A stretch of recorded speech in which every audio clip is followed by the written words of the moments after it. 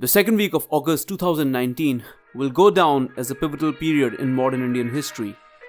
The prophecy of Kashmir being unionized as a territory has finally come true with the revoking of the infamous Article 370 and Article 35A.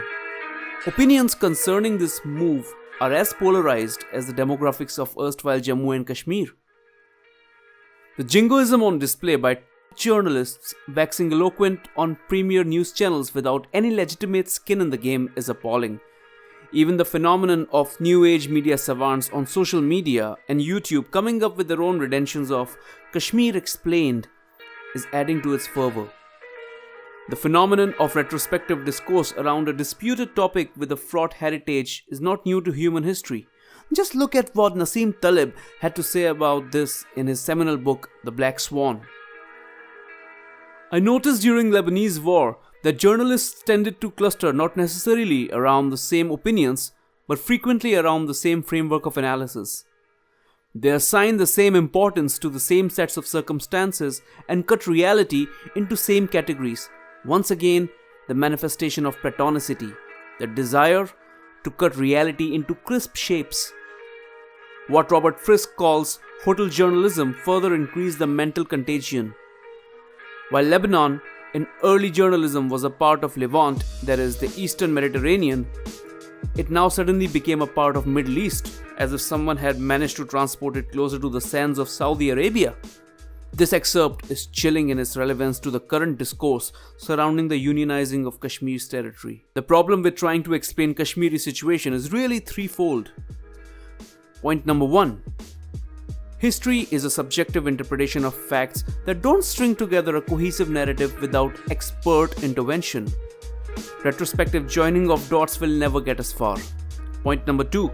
Everyone will use the same framework of analysis hinging on the gross application of analogy. Case in point, the claim that Kashmir is India's West Bank or that Kashmiris are Palestinians. Here are the facts. Kashmir is not classified as occupied territory by UN, but is a disputed territory between bilateral parties.